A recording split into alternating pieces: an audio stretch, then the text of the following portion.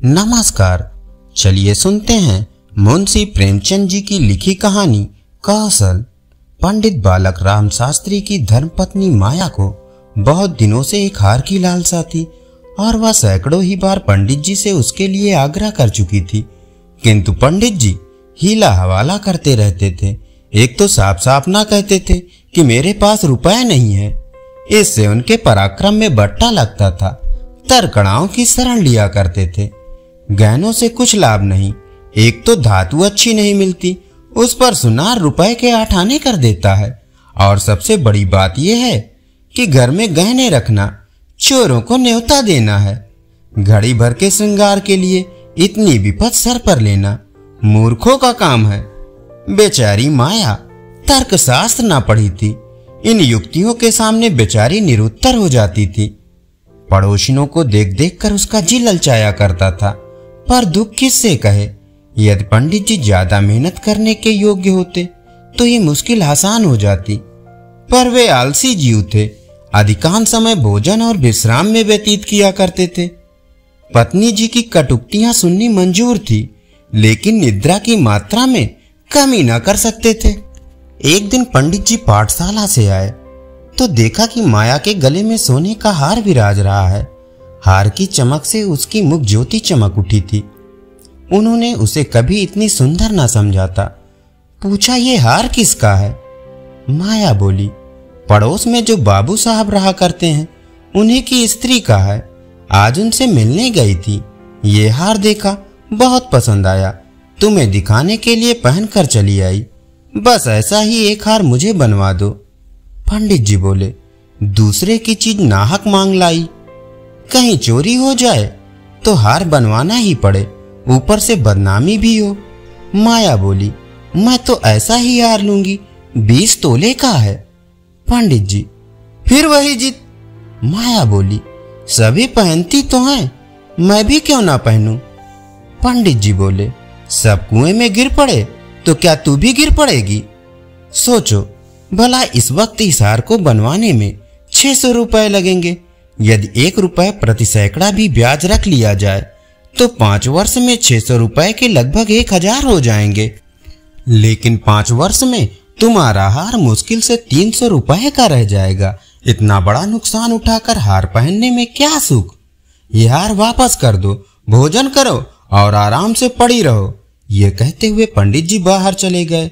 रात को एकाएक माया ने शोर मचाकर कहा, चोर चोर, हाय घर में चोर, मुझे घसीटे लिए जाते हैं।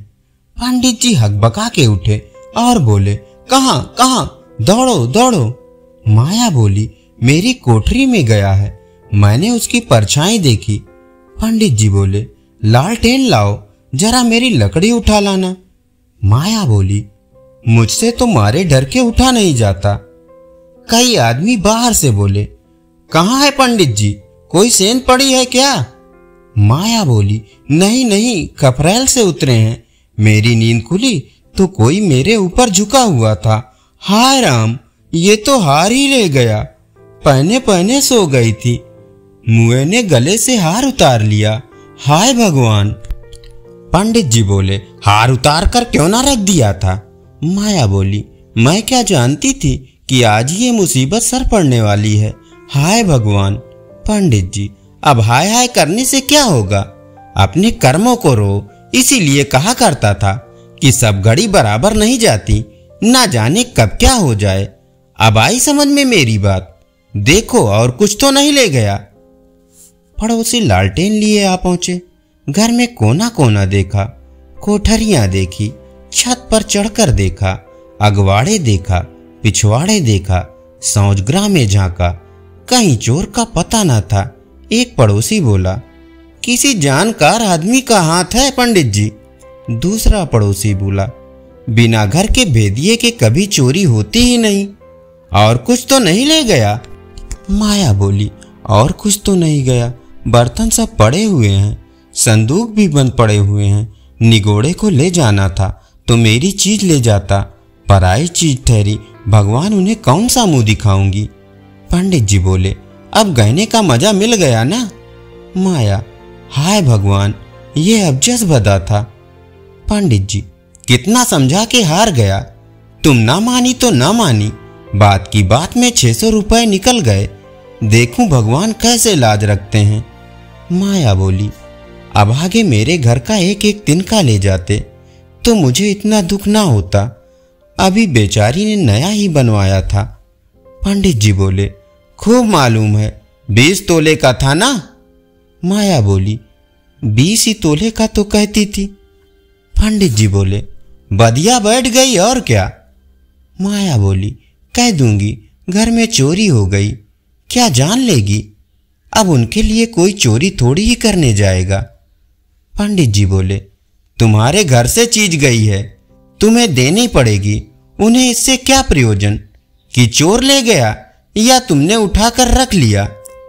माया बोली, तो इतने रुपए कहां से आएंगे। पंडित जी, कहीं ना कहीं से तो आएंगे ही, नहीं तो लाज कैसे रहेगी। मगर कि तुमने बड़ी भूल। माया, भगवान से मांगने की चीज भी ना देखी थी, मुझे काल ने घेरा था, नहीं तो घड़ी भर गले में डाल लेने से ऐसा कौन सा बड़ा सुख मिल गया। मैं हूं ही अभागन। पंडित जी बोले, अब पछताने से और अपने को कोसने से क्या फायदा। चुप होके बैठो, पड़ोसन से कह देना, घबराओ नहीं, तुम्हारी चीज जब तक ना लौटा देंगे तब तक हमें चैन ना आएगा। पंडित बालकराम को अब नित्य यही चिंता रहने लगी कि किसी तरह हार बने। यूं अगर टाट उलट देते तो कोई बात ना थी, पड़ोसन को संतोष ही करना पड़ता। ब्राह्मण से डांड कौन लेता, किंतु पंडित जी ब्राह्मणत्व के गौरव को इतने सस्ते दामों में न बेचना चाहते थे। आलस छोड़कर धनोपार्जन में लग गए। 6 महीने तक उन्होंने दिन को दिन और रात को रात नहीं जाना। दोपहर को सोना छोड़ दिया, रात को भी बहुत देर तक जागते। पहले केवल एक पाठशाला में पढ़ाया करते थे, इसके सिवा वो ब्राह्मण के लिए खुले हुए 101 व्यवसायों में सभी को निंदनीय समझते थे।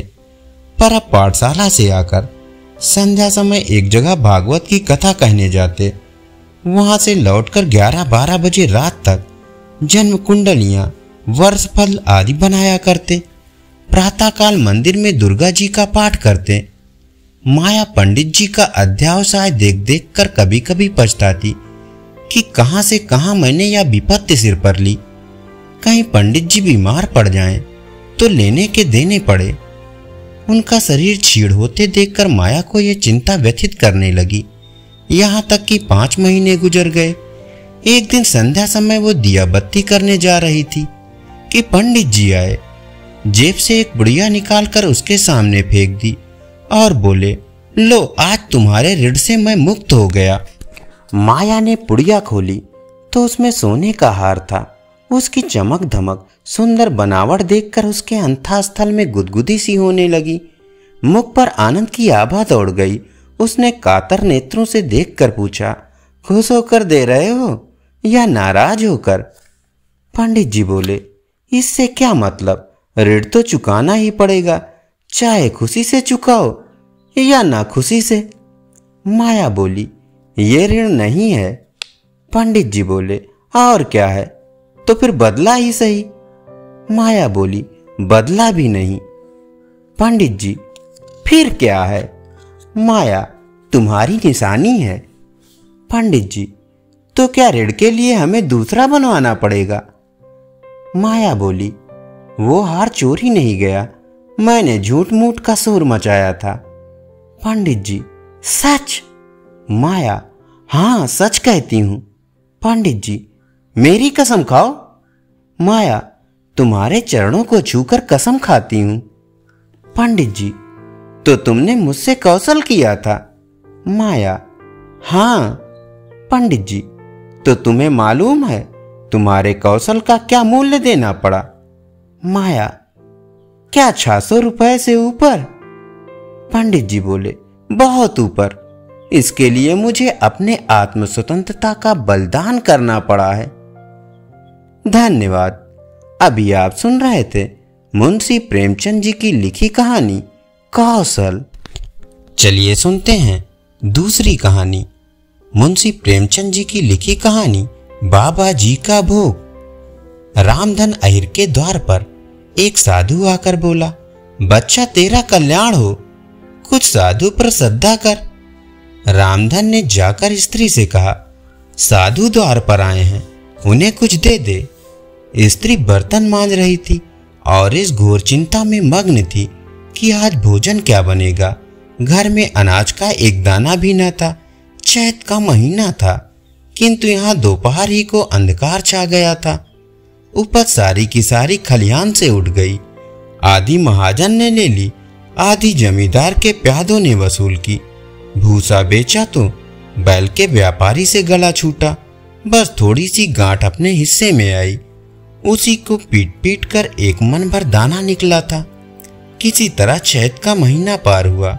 अब आगे क्या होगा? क्या बैल खाएंगे, क्या घर के प्राणी खाएंगे, ये ईश्वर ही जाने। पर द्वार पर साधु आ गया है तो उसे निराश कैसे लौटाएं? अपने दिल में साधु क्या कहेगा?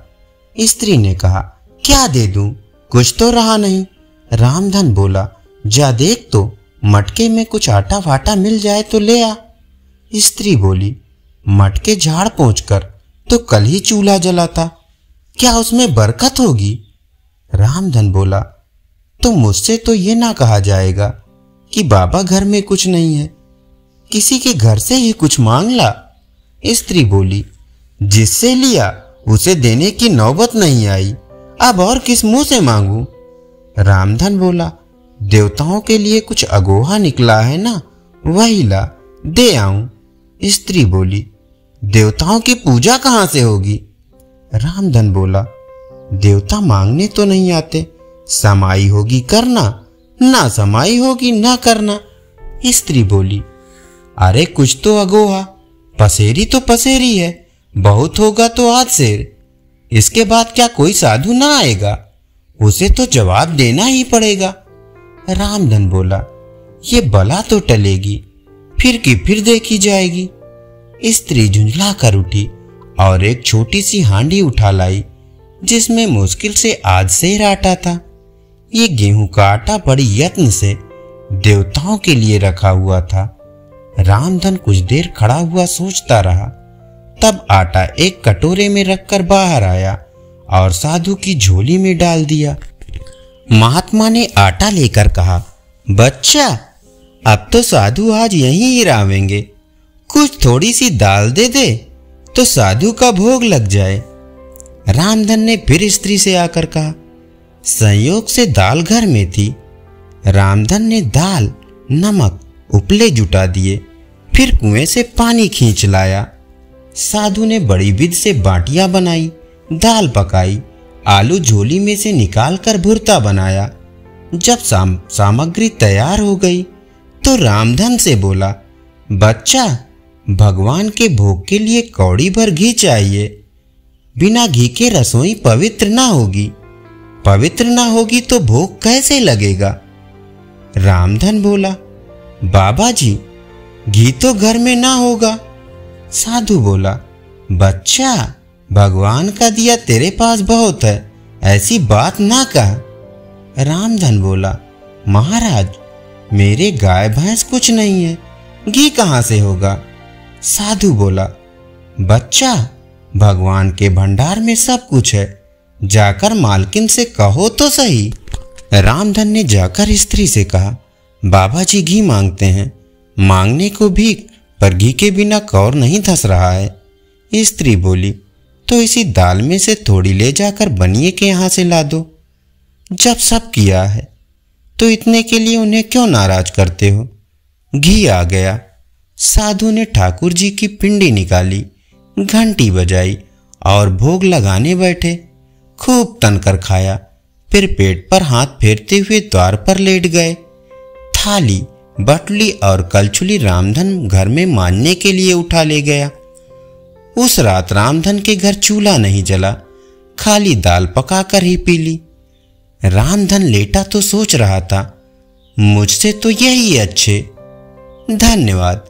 अभी आप सुन रहे थे मुंशी प्रेमचंद जी की लिखी कहानी बाबा जी का भोग।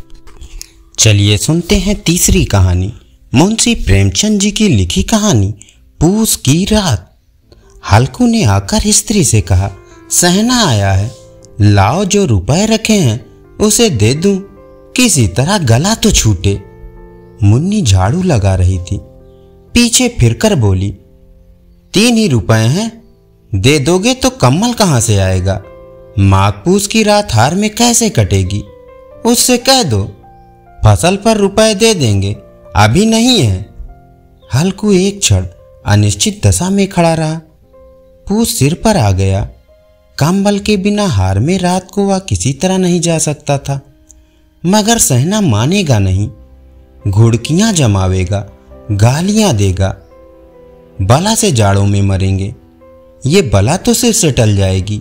यह सोचता हुआ वह अपना भारी भरकम ढील लिए हुए, जो उसके नाम को झूठ सिद्ध करता था, स्त्री के समीप आ गया और खुशामद करके बोला, ला दे दे, गला तो छूटे, कम्मल के लिए कोई दूसरा उपाय सोचूंगा। मुन्नी उसके पास से दूर हट गई और आंखें तरेरती हुई बोली, कर चुके दूसरा उपाय, जरा सुनो तो सही, कौन उपाय करोगे? कोई खैरात दे देगा कम्मल, ना जाने कितनी बाकी है जो किसी तरह चुकने में नहीं आती। मैं कहती हूं तुम क्यों नहीं खेती छोड़ देते, मर मर के काम करो, उपजो तो बाकी दे दो। चलो छुट्टी हुई, बाकी चुकाने के लिए ही तो हमारा जन्म हुआ है। पेट के लिए मजूरी करो, ऐसी खेती से बाज आए। मैं रुपए ना दूंगी तो ना दूंगी। हल्कू उदास होकर बोला, तो क्या गाली खाऊं? मुन्नी ने तड़प कर कहा, गाली क्यों देगा, क्या उसके बाप का राज है? मगर ये कहने के साथ उसकी तनी हुई भवें ढीली पड़ गई। हल्कू के उस वाक्य में जो कठोर सत्य था, वह मानो एक भीषण जंतु की भांति उसे घूर रहा था। उसने जाकर आले पर से रुपए निकाले और लाकर हल्कू के हाथ में रख दिए। फिर बोली, तुम छोड़ दो अब से खेती, मजूरी में सुख से एक रोटी खाने को तो मिलेगी, किसी की धौंस तो ना रहेगी। अच्छी खेती है, मजूरी करके लाओ, वो उसी में झोंक दो, उस पर से धौंस भी सहो। हल्कू ने रुपए लिए और इस तरह बाहर चला मानो अपना हृदय निकाल कर देने जा रहा हो। उसने मजूरी से एक एक पैसे काट काट कर 3 रुपए कंबल के लिए जमा किए थे। वो आज निकले जा रहे थे। एक एक पग के साथ उसका मस्तक अपनी दीनता के भार से दबा जा रहा था। पूस की अंधेरी रात, आकाश पर तारे ठिठुरते हुए मालूम होते थे। हल्कू अपने खेत के किनारे ईख के पत्तों की एक छतरी के नीचे बांस के खटोले पर अपनी पुरानी गाढ़े की चादर ओढ़े कांप रहा था। खाट के नीचे उसका संगी कुत्ता झबरा पेट में मुंह डाले सर्दी से कूकू कूकू कर रहा था। 2 में से एक को भी नींद ना आती थी। हल्कू ने घुटनियों को गर्दन से चिपकाते हुए कहा, क्यों झबरा, जाड़ा लगता है? कहता तो था घर में पुआल पर लेटा रहे, तो यहाँ क्या लेने आए थे? अब खाओ ठंड, मैं क्या करूं? जानते थे मैं यहाँ हलवा पूरी खाने आ रहा हूं। दौड़े दौड़े आगे आगे चले आए, अब रो नानी के नाम को। झबरा ने पड़े पड़े दुम हिलाई और अपनी कूकू कूकू को दीर्घ बनाता हुआ एक बार जमाई लेकर चुप हो गया। उसकी स्वान बुद्ध ने शायद ताड़ लिया, स्वामी को मेरी कूकू कूकू से नींद नहीं आ रही है। हल्कू ने हाथ निकालकर झबरा की ठंडी पीठ सहलाते हुए कहा, कल से मत आना मेरे साथ, नहीं तो ठंडे हो जाओगे। यहाँ राण पछुआ न जाने कहाँ से बर्फ लिए आ रही है। उठूं फिर एक चिलम भरूं, किसी तरह रात तो कटे। 8 चिलम पी चुका, ये खेती का मजा है। और एक एक भाग्यवान ऐसे पड़े हैं जिनके पास जाड़ा जाए तो गर्मी से घबरा कर भागे। मोटे मोटे गद्दे लिहाफ कम्बल, मजाल है कि जाड़े का गुजारा हो जाए। तकदीर की खूबी है, मजूरी हम करें, मजा दूसरे लूटें। हल्कू उठा और गड्ढे में से जरा सी आग निकाल कर चिलम भरी। झबरा भी उठ बैठा। हल्कू ने चिलम पीते हुए कहा, पिएगा चिलम? जाड़ा तो क्या जाता है, जरा मन बहल जाता है। झबरा ने उसके मुंह की ओर प्रेम से छलकती हुई आंखों से देखा। हल्कू, आज और जाड़ा खा ले, कल से मैं यहाँ पुआल बिछा दूंगा, उसे में घुसकर बैठना, तब जाड़ा ना लगेगा। झबरा ने अगले पंजे उसकी घुटनियों पर रख दिए और उसके मुंह के पास अपना मुंह ले गया। हल्कू को उसकी गर्म सांस लगी। चिलम पीकर हल्कू फिर लेटा और निश्चय करके लेटा कि चाहे कुछ हो, अब की सो जाऊंगा। पर एक ही क्षण में उसके हृदय में कंपन होने लगा। कभी इस करवट लेटता, कभी उस करवट, पर जाड़ा किसी पिशाच की बात उसकी छाती को दबाए हुए था। जब किसी तरह न रहा गया तो उसने झबरा को धीरे से उठाया और उसके सिर को थपथपाकर अपनी गोद में सुला लिया। कुत्ते की देह में न जाने कैसी दुर्गंध आ रही थी, पर वह उसे अपनी गोद में चिपकाए हुए सुख का अनुभव कर रहा था, जो इधर महीनों से उसे ना मिला था। सहसा झबरा ने किसी जानवर की आहट पाई। इस विशेष आत्मीयता ने उसमें एक नई स्फूर्ति पैदा कर दी थी, जो हवा के ठंडे झोंकों को तुच्छ समझती थी। वह झपट कर उठा और छतरी के बाहर आकर भौंकने लगा। हल्कू ने उसे कई बार चुमकार कर बुलाया, पर वह उसके पास न आया। हार में चारों तरफ दौड़ दौड़ कर भौंकता रहा। एक क्षण के लिए आ भी जाता तो तुरंत ही फिर दौड़ता। कर्तव्य उसके हृदय में अरमान की भांति उछल रहा था। 1 घंटा और गुजर गया। रात ने शीत को हवा से धतकाना शुरू किया। हल्कू उठ बैठा और दोनों पैरों को छाती से मिलाकर सिर को उसमें छिपा लिया। फिर भी ठंड कम ना हुई। ऐसा जान पड़ता था सारा रक्त जम गया है, धमनियों में रक्त की जगह हिम बह रहा है। उसने झुककर आकाश की ओर देखा। अभी कितनी रात बाकी है। सप्तऋषि अभी आकाश में आधे भी नहीं चढ़े। ऊपर आ जाएंगे तब कहीं सवेरा होगा। अभी पहाड़ भर से ऊपर रात है।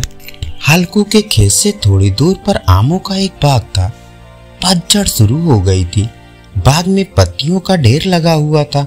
हल्कू ने सोचा चलकर पत्तियां बटोरूं और उन्हें जलाकर खूब तापूं। रात को कोई मुझे पत्तियां बटोरते देखे तो समझे कोई भूत है। कौन जाने कोई जानवर ही छिपा बैठा हो। मगर अब तो बैठे नहीं रहा जाता। उसने पास के अरहर के खेत में जाकर कई पौधे उखाड़ लिए और उनका एक झाड़ू बनाकर हाथ में सुलगता हुआ उपला लिए बगीचे की तरफ चला। झबरा ने उसे आते देखा तो पास आया और दुम हिलाने लगा। हल्कू ने कहा, अब तो रहा नहीं जाता झबरू, चलो बगीचे में पत्तियां बटोर कर तापे। ठाटे हो जाएंगे तो फिर आकर सोएंगे, अभी तो रात बहुत है। झबरा ने कूं कूं कूं कूं करके सहमत प्रकट की और आगे आगे बगीचे की ओर चला। बगीचे में खूब अंधेरा छाया हुआ था और अंधकार में निर्दय पवन पत्तियों को कुचलता हुआ चला जाता था। वृक्षों से ओस की बूंदें टप टप नीचे टपक रही थी। एकाएक झोंका मेहंदी के फूल की खुशबू लिए हुए आया। हल्कू ने कहा, कैसी अच्छी महक आई झबरू, तुम्हारे नाक में भी सुगंध आ रही है। झबरा को कहीं से जमीन पर एक हड्डी मिल गई थी। वो उसे निचोड़ रहा था। हल्कू ने आग जमीन पर रख दी और पत्तियां बटोरने लगा। जरा देर में पत्तियों का एक ढेर लग गया। हाथ ठिठुरे जाते थे, नंगे पांव गले जाते थे और वह पत्तियों का पहाड़ खड़ा कर रहा था। इसी अलाव में वह ठंड को जलाकर भस्म कर देगा। थोड़ी देर में अलाव जल उठा। उसकी लौ ऊपर वाले वृक्ष की पत्तियों को छू छू कर भागने लगी। हल्कू अलाव के सामने बैठा आग ताप रहा था। एक क्षण में उसने दोहर उतार कर बगल में दबा ली और दोनों पांव फैला दिए, मानो ठंड को ललकार रहा हो। तेरे जी में जो आए सो कर। ठंड की असीम शक्ति पर विजय पाकर वह विजय गर्व को हृदय में छिपा ना सका। उसने झबरा से कहा, क्यों झब्बर, अब ठंड नहीं लग रही है ना? झब्बर ने कूकू कूकू करके मानो कहा, अब क्या ठंड लगती ही रहेगी? पहले से यह उपाय न सूझा, नहीं इतनी ठंड क्यों खाते? झबरा ने पूंछ हिलाई। पत्तियां जल चुकी थी। बगीचे में फिर अंधेरा छाया था। राग के नीचे कुछ कुछ आग बाकी थी, जो हवा का झोंका आ जाने पर जरा जाग उठती थी, पर एक क्षण में फिर आंखें बंद कर लेती थी। हल्कू ने फिर चादर ओढ़ ली और गर्म राख के पास बैठा हुआ एक गीत गुनगुनाने लगा। उसके बदन में गर्मी आ गई थी, पर ज्यों-ज्यों शीत बढ़ती जाती थी उसे आलस से दबाए लेता था। झबरा जोर से भौंककर खेत की ओर भागा। हल्कू को ऐसा मालूम हुआ कि जानवरों का एक झुंड उसके खेत में आया है। शायद नील गायों का झुंड था। उनके कूदने दौड़ने की आवाजें साफ कान में आ रही थी। फिर ऐसा मालूम हुआ कि वो खेत में चर रही हैं। उनके चबाने की आवाज चर्र चर्र सुनाई देने लगी। उसने दिल में कहा, नहीं, झबरा के होते कोई जानवर खेत में नहीं आ सकता। वो नोच ही डाले। मुझे भ्रम हो रहा है। कहाँ, अब तो कुछ नहीं सुनाई देता। मुझे भी कैसा धोखा हुआ। उसने जोर से आवाज लगाई, झबरा, झबरा। झबरा भौंकता रहा, उसके पास न आया। फिर खेत के चरे जाने की आहट मिली। अब वह अपने आप को धोखा न दे सका। उसे अपनी जगह से हिलना जहर लग रहा था। कैसा दंदाया हुआ था। इस जाड़े पाले में खेत में जाना, जानवरों के पीछे दौड़ना असूझ जान पड़ता था। वह अपनी जगह से ना हिला। उसने जोर से आवाज लगाई, लीहो, लीहो, लीहो। झबरा भौंक उठा। जानवर खेत चर रहे थे। फसल तैयार है। कैसी अच्छी खेती थी, पर ये दुष्ट जानवर उसका सर्वनाश किए डालते हैं। हल्कू पक्का इरादा करके उठा और 2-3 कदम चला, पर एकाएक हवा का ऐसा ठंडा चुभने वाला बिच्छू के डंक सा झोंका लगा कि वह फिर बुझते हुए अलाव के पास आ बैठा और राख कुरेद कर अपनी ठंडी देह को गरमाने लगा। झबरा अपना गला फाड़े डालता था। नील गाय खेत का सफाया किए डालती थी और हल्कू गर्म राख के पास शांत बैठा हुआ था। अकर्मण्यता ने रस्सियों की भांति उसे चारों तरफ से जकड़ रखा था। उसी राख के पास गर्म जमीन पर वो चादर ओढ़कर सो गया। सवेरे जब उसकी नींद खुली तब चारों तरफ धूप फैल गई थी और मुन्नी कह रही थी, क्या आज सोते ही रहोगे? तुम यहाँ आकर रम गए और उधर सारा खेत चौपट हो गया। हल्कू ने उठकर कहा, क्या तू खेत से होकर आ रही है? मुन्नी बोली, हाँ, सारे खेत का सत्यानाश हो गया। भला ऐसे भी कोई सोता है? तुम्हारी मड़ैया डालने से क्या फायदा? हल्कू ने बहाना किया, मैं मरते मरते बचा। तुझे अपने खेत की पड़ी है। पेट में ऐसा दर्द हुआ कि मैं ही जानता हूं। दोनों फिर खेत की डांड पर आए। देखा, सारा खेत रौंदा पड़ा हुआ है और झबरा मड़ैया के नीचे चित लेटा है, मानो प्राण ही ना हो। दोनों खेत की दशा देख रहे थे। मुन्नी के मुख पर उदासी छाई थी, पर हल्कू प्रसन्न था। मुन्नी ने चिंतित होकर कहा, अब मजूरी करके माल गुजारी भरनी पड़ेगी। हल्कू ने प्रसन्न मुख से कहा, रात की ठंड में यहां सोना तो ना पड़ेगा। धन्यवाद। अभी आप सुन रहे थे मुंशी प्रेमचंद जी की लिखी कहानी पूस की रात।